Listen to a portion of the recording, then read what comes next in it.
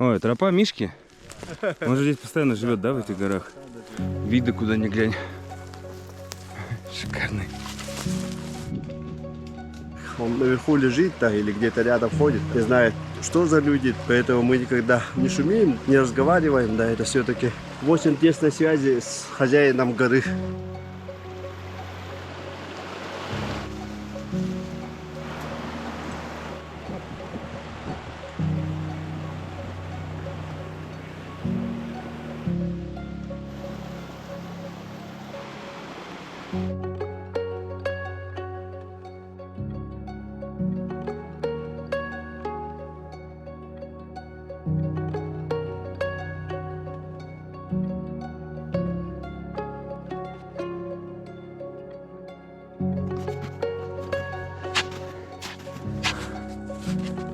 Поднялись мы на наледь.